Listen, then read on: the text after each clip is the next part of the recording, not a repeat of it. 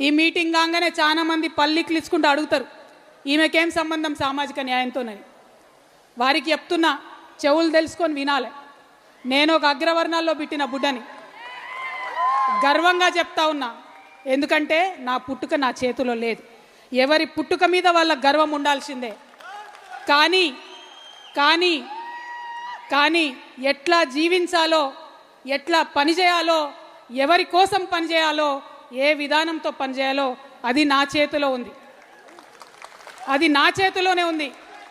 అందుకే ఇవాళ తెలంగాణలో ఉన్న అన్ని అణగారిన వర్గాలతోని, అణచివేయబడ్డ కులాలతోని, ఇప్పటికీ కనీసం ఒక వార్డు మెంబర్ కానటువంటి కులాలతోని, గ్రామ పంచాయతీ ముఖం తెలవని కులాలతోని, అసెంబ్లీ ఎట్లుంటుందో అర్థం కానటువంటి కులాలతోని, వారితోని కలిసి పనిచేసి, వారితోని భుజం భుజం తట్టి ఉద్యమం చేసి వారికి సాధికారత తెచ్చేంత వరకు కూడా నా జీవితం అంకితం చేస్తున్నానని ఈ సందర్భంగా నేను తెలియజేస్తున్నా.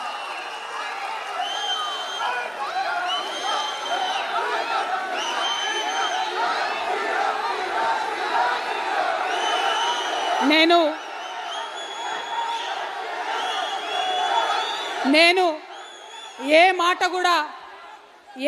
కూడా ఉట్టిగా చెప్పను. నా ఆత్మ ఒప్పుకొంది, నా మనసు ఒప్పుకొంది, నేను ఏ పని కూడా చేయను. దానివల్ల ఎంత పెద్ద లాభం వచ్చినా నేను ఆ పని చేయను. అట్లా చేసేది ఉంటే నేను ఎక్కడుండేదన్నో మీకు తెలుసు. కానీ అవన్నీ వదులుకొని ఇవాళ ఒంటరిగా నేను బయలుదేరిన మీ అందరి సహకారంతో ఖచ్చితంగా ఈ తెలంగాణలో మంచి మార్పు తీసుకొని రాగలుగుతామనే కాన్ఫిడెన్స్తో ఇవాళ నేను మీ ముందుకు వచ్చి ఇవాళ ఒక్క మాట మనం ఆలోచన చేసుకోవాలి. చాలామంది మా అగ్రవర్ణ మిత్రులకు నేను హృదయపూర్వకంగా చేతులు జోడించి వినమ్రంగా విజ్ఞప్తి చేస్తున్నా. ఏంటిది సామాజిక న్యాయం?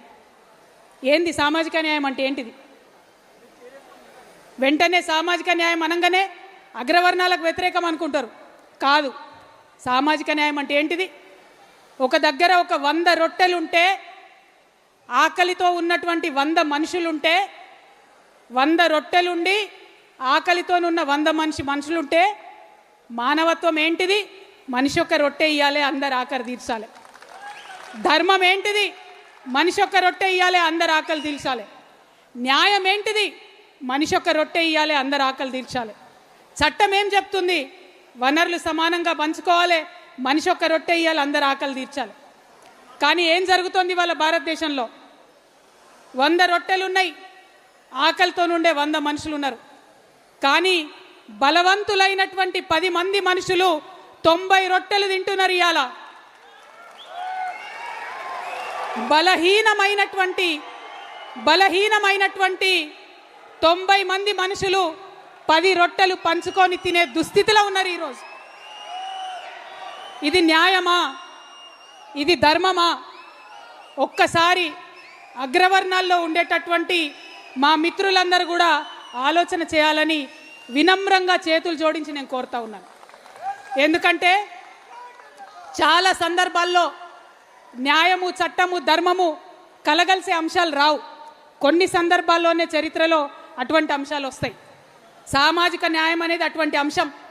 భారత రాజ్యాంగం చెప్తుంది సామాజిక న్యాయం కావాలని, న్యాయం చెప్తుంది సామాజిక న్యాయం కావాలని. ఇప్పటిదాకా మనం మాట్లాడుకున్న ధర్మం చెప్తుంది సామాజిక న్యాయం కావాలని. అందుకే మా అగ్రవర్ణాల్లో ఉండే మిత్రులకు నేను చెప్తా ఉన్నాను, ఆలోచన చేయండి. ఎందుకంటే ఈ భారతదేశంలో ఎప్పుడు పరివర్తన వచ్చినా ప్రజాస్వామ్యవాదులైనటువంటి అగ్రవర్ణ మిత్రులు కలిసి వచ్చి ముందు ఉండి ఆ పరివర్తన తీసుకొచ్చినారు. మనం గౌతమ బుద్ధుడి కన్నా గొప్ప వాళ్ళం కాదు కదా. ఆ గౌతమ బుద్ధుడు ఒక క్షత్రియ పుత్రుడే అయినా రాజ్యం ఇడిచి వచ్చి ప్రజాస్వామ్యం కోసం కొట్లాడిండు. ఆయన స్ఫూర్తిగా ఇవాళ అగ్రవర్ణాలు కలిసి వచ్చి తెలంగాణలో సామాజిక న్యాయం కోసం కొట్లాడాలి. ఆయన తర్వాత వచ్చిన సాహు మహారాజ్ మరాఠా శూద్ర అగ్రవర్ణ కులానికి సంబంధించిన వాడే. కానీ రిజర్వేషన్లు ఇచ్చిండు, రాజు అయ్యుండి రిజర్వేషన్లు ఇచ్చిండు. ఆ స్ఫూర్తితో ఇవాళ అగ్రవర్ణ మిత్రులందరూ కూడా తెలంగాణలో సామాజిక న్యాయం కావాలని ముందు వరుసలో ఉండి కొట్లాడాలి.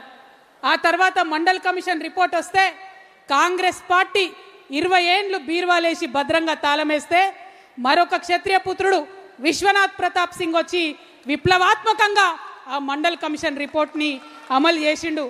వారిని స్ఫూర్తిగా తీసుకొని ఇవాళ అగ్రవర్ణ మిత్రులందరూ తెలంగాణలో సామాజిక న్యాయం కోసం కదలి రావాలి, టీఆర్ఎస్తోని కలిసి రావాలి. అదేవిధంగా పక్కనే ఉన్న తమిళనాడులో తన రాజకీయ చతురతను ప్రదర్శించి బీసీలకు ఉండే రిజర్వేషన్ని శాశ్వతంగా వారిని కాపాడడం కోసం 9th షెడ్యూల్లో పెట్టించినటువంటి విప్లవ వనిత జయలలిత, ఆమె అగ్రవర్ణ బ్రాహ్మణ స్త్రీ, ఆమెను ఆదర్శంగా తీసుకొని ఇవాళ అగ్రవర్ణ మహిళలందరూ కూడా కదలి రావాలి, ఈ ఉద్యమంలో కలిసి రావాలి, తెలంగాణలో సామాజిక న్యాయం సాధించి తీరాలి. మనందరికీ తెలుసు, ఒకప్పుడు అజ్మల్ కసబ్ అనేటోడు యుద్ధం చేసి మన మీద పార్లమెంట్ మీద దాడి చేసినప్పుడు దేశంలో అందరూ మాట్లాడారు ఉరిదీయాలే ఉరిదీయాలే అని. కానీ రాజ్యాంగం ఒప్పుకోలే, న్యాయం ఒప్పుకోలే, సరైన దారిలో పోవాలని చెప్పింది. చాలా చిన్న చిన్న సంఘటనలు చూస్తుంటాం మనం. చిన్న చిన్న పిల్లల్ని, 2 సంవత్సరాల పిల్లల్ని అత్యాచారాలు చేసిన వాళ్ళని, ముఖ్యంగా మా ఆడబిడ్డలైతే ఈ దుర్మార్గుని కాల్చి చంపాలి అని అంటారు. కానీ చట్టం ఒప్పుకోదు. ధర్మం ఒక్కొక్కసారి ఒప్పుకోవచ్చు, కానీ చట్టం ఒప్పుకోదు. కానీ నేను ఇవాళ రిక్వెస్ట్ చేసి చెప్తా ఉన్నా, ఈ సామాజిక న్యాయ పోరాటం ఇది ధర్మ పోరాటం. ఇక్కడ న్యాయము, చట్టము, ధర్మము అన్నీ కూడా అణగారిన వర్గాల వైపు ఉన్నాయి. ఈ ధర్మ పోరాటంలో కలిసి రావాలని మా మిత్రులందరినీ కూడా కోరుతా ఉన్నా. చాలామంది అగ్రవర్ణాలు, ఎంతోమంది బీసీ బిడ్డలు, ఎంతోమంది ఎస్సీ బిడ్డలు విదేశాలకు పోతా ఉన్నాం. అమెరికాకు పోతున్నాం, ఇంగ్లాండ్ పోతున్నాం, ఆస్ట్రేలియాకు పోతున్నాం. అక్కడ ఇగో ఈయన నల్లగున్నాడు, ఈయన భారతదేశం వాళ్ళు, వీళ్ళ స్కిన్ బ్రౌన్గా ఉందని మన మీద వివక్ష చూపిస్తే బాధపడుతున్నాం. అది రేసిజం అంటున్నాం. మరి మన ఇంట్లో, మన దేశంలో, మన పక్కన, మన హృదయాల్లో ఉన్న ఈ వివక్షను రేసిజం అనొద్దా, గుర్తు పట్టొద్దా, దాన్ని తుడి చేయొద్దా? దయచేసి ఒకసారి ఆలోచించండి.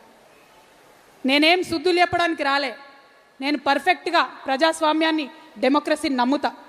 డెమోక్రటికల్ సెటప్లో ముందుకు పోవాలంటే, దేశం అభివృద్ధి చెందాలంటే, ఆనాడు స్వతంత్రం వచ్చిన నాడు ఎట్లయితే ఎస్సీ ఎస్టీలకు రిజర్వేషన్ ఇచ్చిర్రో ఆనాడే బీసీలకు రిజర్వేషన్ ఇచ్చి ఉంటే ఈ పాటికి భారతదేశం అమెరికాతోని పోటీ పడేదని బలంగా నమ్మే వ్యక్తిగా నేను మాట్లాడుతూ ఉన్నా. అందుకోసమే ఇప్పటికన్నా సామాజిక న్యాయం కోసం కొట్లాడదామని అంటున్నా. ఎస్సీ మిత్రుల విషయం చేసుకోండి, ఒక్కసారి ఆలోచన చేయండి. నేను హృదయంతో ఆలోచన చేయాలని కోరుతా ఉన్నా.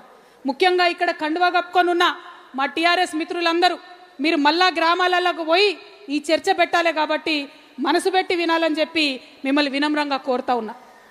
ఎస్సీ మిత్రుల గురించి ఒకసారి ఆలోచించండి. ఎస్సీ అనగానే ఏమంటారు అందరూ, అది బీసీలు కానీ ఓసీలు కానీ, వాళ్ళకేంది, వాళ్ళకి రిజర్వేషన్ ఉంది, వాళ్ళకేం తక్కువైంది, ఉద్యోగాలు వస్తున్నాయి, ఎమ్మెల్యేలు అవుతురు అంటురు. కానీ ఏదన్నా పండగ వస్తే ఒక దళిత కుటుంబాన్ని పిలిచి మన ఇంట్లో కూర్చోబెట్టుకొని ఎప్పుడన్నా భోజనం చేయించినామా? అటువంటి హృదయ పరివర్తన జరిగిందా? డెమోక్రసీలో అందరం ఒకటే అనుకుంటున్న మనం అటువంటి ఆలోచన ఎప్పుడన్నా చేసినామా? ఒక్కసారి దయచేసి ఆలోచన చేయండి. నేను ఉట్టిగా చెప్తాలని ఈ మాట, పరివర్తన రావాలే, డెఫినెట్గా మన హృదయాలు ట్రాన్స్ఫార్మ్ కావాలి కాబట్టి ఆలోచించమని నేను చెప్తా ఉన్నా. అదేవిధంగా మరి ఎస్సీలకు పోని రిజర్వేషన్ ఉంది, స్వతంత్రం వచ్చినప్పటి నుంచి ఉన్నది, 79 ఏళ్ళు అవుతుంది రిజర్వేషన్ ఉన్నది. కానీ నిన్నగాక మొన్న మన తెలంగాణలో వచ్చిన రిపోర్ట్లో 97% మంది దళిత కుటుంబాలు అత్యంత వెనుకబాటులో ఉన్నారని చెప్తున్నారు. ఎందుకు జరుగుతుంది ఇట్లా? మరి ఇవాళ అన్ని డిపార్ట్మెంట్లో కలెక్టర్లుగా ఉన్నటువంటి వాళ్ళు, హెచ్ఓడీలుగా ఉన్నటువంటి వాళ్ళు, అగ్రవర్ణాల మిత్రులు, బీసీ మిత్రులు ఆలోచన చేసుకోవాలి. ఎప్పుడన్నా బ్యాక్లాగ్ పోస్టులు వస్తే ఇస్తున్నామా మనం బయటికి? ఎస్సీలకు ప్రమోషన్లు వస్తే ఇస్తున్నామా బయటికి? ఇవాళ దేశంలో ఇన్ని శుద్ధులు చెప్పే మోడీ గారి పరిపాలనలో లక్షలాది బ్యాక్లాగ్ ఎస్సీ ఎస్టీ పోస్టులు పెండింగ్ ఉన్నాయి. ఈ సామాజిక న్యాయ పోరాటంలో మనం సంకల్పం తీసుకుందాం. బ్యాక్లాగ్ ఉన్న ప్రతి ఎస్సీ ఎస్టీ పోస్టుని ఇచ్చేంత వరకు మనం పిడికిలెత్తి పోరాటం చేద్దాం. ఎస్సీ మిత్రులకు అండగా నిలబడదాం. వారి యొక్క జీవన ప్రమాణాలను పెంచుకోవడానికి పోరాటం చేద్దాం.